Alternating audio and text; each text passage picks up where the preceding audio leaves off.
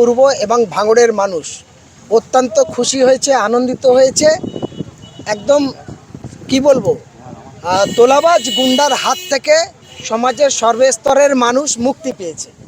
হিন্দু, মুসলমান, দলিত, আদিবাসী সবাই এরা শান্তি পেয়েছে। কারণ এত গরম ছিল শওকত মোল্লার মধ্যে, কয়লার আগুনের মতো যেন দাউ দাউ করে জ্বলছিল। এখন যেন তুফান আইলার মতো ঝড়ের পানি আসলো, আর বরফের মতো মানুষ ঠান্ডা হয়ে গেল, শান্তি পেয়ে গেল। তাই আজ ক্যানিং পূর্ব এবং ভাঙড় সহ সর্বত্র মানুষ মিষ্টি বিল্লি করছে, আনন্দে কাঁদছে, কেউ বাতাসে বিল্লি করছে, পয়সা নেই, ছুটছে, খুব খুব আনন্দতে আছে আজকের মানুষ। কারণ এই শওকত মোল্লার নিঃশ্বাসটা এত ভয়ঙ্কর গরম ছিল, এত ভয়ঙ্কর খারাপ ছিল যে তার বিনা অনুমতিতে একজন কথা বলতে পারতো না। আপনারা দেখেছেন জীবনতলার পার্টি অফিসে বসে 18 বছরের ছেলে, 15 বছরের ছেলে, যারা কথা বলার ভালো করে জ্ঞান হয়নি, সে কি বলতে গিয়ে কী হয়েছে তাকে ফোন করে এই শওকত মোল্লা ডাইরেক্টলি বলছে, এই তুই কার ছেলে রে, কোথায় আছিস রে, তোর মাকে এই করবো, তোর বাপকে এই করবো, তোর গোষ্ঠীর এই করবো, আমি যাচ্ছি এখনই, শুয়োরের বাচ্চা। ঠিক এইরকম তার ল্যাঙ্গুয়েজ ছিল। আজকের সেই জায়গা থেকে তো মানুষ মুক্তি পেয়েছে, ব্যক্তিগত প্রত্যেকটা মানুষ স্বাধীনতা পেয়েছে।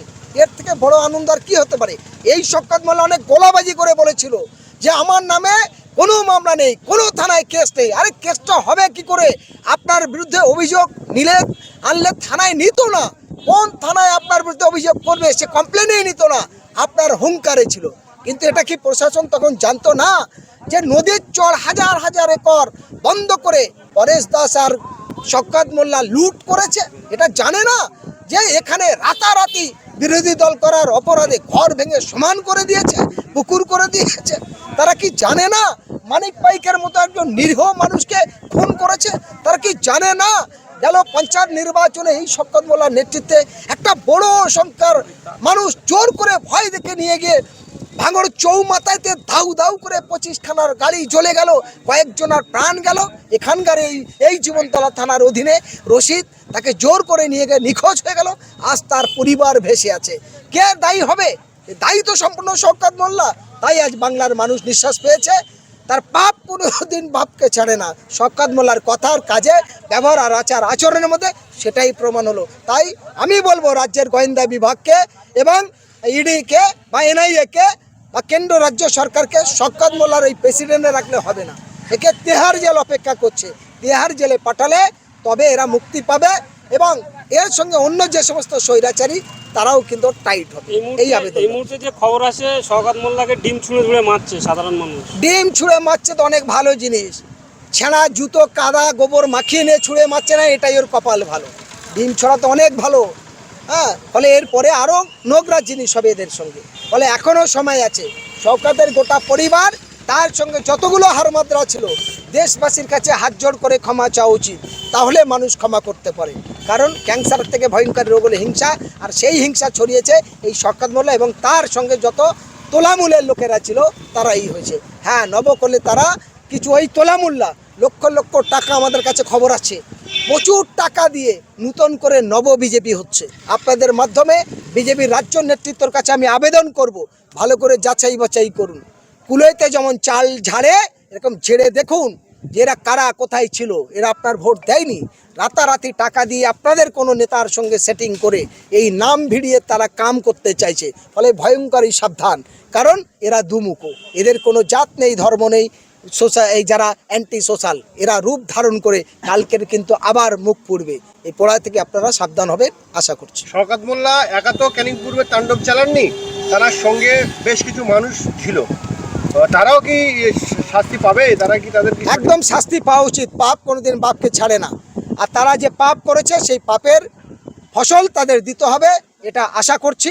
এবং রাজ্যের সমস্ত প্রশাসনিক ডিপার্টমেন্টের কাছে আবেদন, শওকতের সঙ্গে যে সমস্ত বাহিনীরা এই ক্যানিং পূর্বে এবং ভাঙড়ে বিভিন্ন জায়গায় যে তোলা আদায় করেছে, জমি দখল করেছে, মানুষকে মেরেছে, লুটেছে, 100 দিনের জব কার্ড সব তাদের কাছে ছিল, বিধবা ভাতা, বেকার ভাতা থেকে শুরু করে জমির পাট্টা থেকে শুরু করে সমস্ত নদীর চরের ফিশারি পর্যন্ত তাদের এখতিয়ারে, সবগুলো সঠিক নিরপেক্ষ তদন্ত হয়ে তাদের আইনের আওতায় এনে কঠিন সাজা দিক এবং এখন পর্যন্ত তাদের মধ্যে একটা সংখ্যার বড় অংশের মানুষ, বিশেষ করে জীবনতলায়, তারা নব বিজেপি সেজে আবার নূতন করে বিস্ফোরক ঘটনা ঘটাতে চাইছে। তাদের জন্য আমি প্রশাসনের দৃষ্টি আকর্ষণ করবো, চোখ কান খুলে রেখে তাদের বিরুদ্ধে সঠিক ব্যবস্থা গ্রহণ করবেন এই আবেদন রাখছি। শওকত মোল্লার পোলিং এজেন্ট যারা ছিল তারা দেখলাম পরের দিন যখন বিজেপি জিতে গেল, তারা এসে এখানে বিজেপির পতাকা নিয়ে বিজেপি, আমি সেই কথাটাই এতক্ষণ ধরে বলছিলাম, যারা বিজেপির সঙ্গে কোনো সম্পর্ক নেই, দলও করিনি, কিছু করিনি, আর যারা এই ধরনের অর্থগতিক ক্ষমতার পিছনে দৌড়ায়, তাদের কোনো নীতি হয় না, আদর্শ হয় না, সততা সভ্যতা থাকে না, মানুষকে ভালোবাসতে জানে না, তারা খালি সারা জীবন ক্ষমতা আর লোভ আর অর্থর দিকে ছুটে। ফলে বিজেপির হাল ধরে তারা নিজেদের স্বার্থসিদ্ধি পূরণ করার জন্য ছুটছে। তাই আমি বিজেপির রাজ্য নেতৃত্ব, আদর্শবান মানুষ যারা, তাদের বলবো এই ভয়ঙ্করী রূপ, এদের থেকে একটু সাবধান হন। শওকত মোল্লার ভবিষ্যৎ, শওকত মোল্লার ভবিষ্যৎ হবে তিহার জেল, আর তার পরিবার হবে আবার ওই ডিব্বা বাজানো, লোকের দ্বারে ছোটা। কারণ পাপ বাপকে ছাড়ে। এই শওকত মোল্লার বাড়িতে 11খানা মেয়েকে লুকিয়ে রেখে সর্বনাশ করেছিল। যেখানে টালিগঞ্জ তার মেয়ের বাড়ি ছিল এবং এখানে ছিল, তার মধ্যে একটা মেয়ের বাড়ি ছিল ক্যানিং রামচন্দ্রখালী, বাসন্তী রামচন্দ্রখালী, সেখান থেকে সে কান্নাকাটি করে। আমি তার ঘটনা নিয়ে তৃণমূলের সকল নেতৃত্ব জানাই, বাসন্তী আইসিকে জানাই, তারপরে টাকা পয়সা দিয়ে রফা হয়। ফলে জীবনতলায় এরকম আশঙ্কা ছিল। আমি বলবো যে বোন, যে মায়েরা এখনও ছিল, আর ভয় করার কোনো কারণ নেই। প্রকাশ্য এসে লিখিত অভিযোগ থানায় করুন।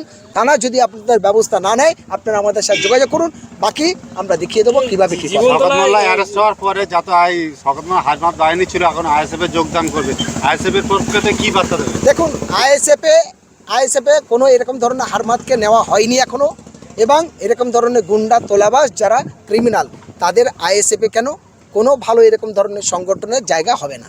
শওকত মোল্লাকে যখন টিকিট দিয়েছিল ভাঙড়ে, বেশ কিছু মানুষ বিক্ষোভ দেখিয়েছিল, টায়ার জ্বালিয়েছিল জীবনতলায়, কিন্তু শওকত মোল্লার ভাই এনআইএ হানা দিল আর কালকে গ্রেপ্তার করলো। সেই সব লোকগুলো গেল কোথায়?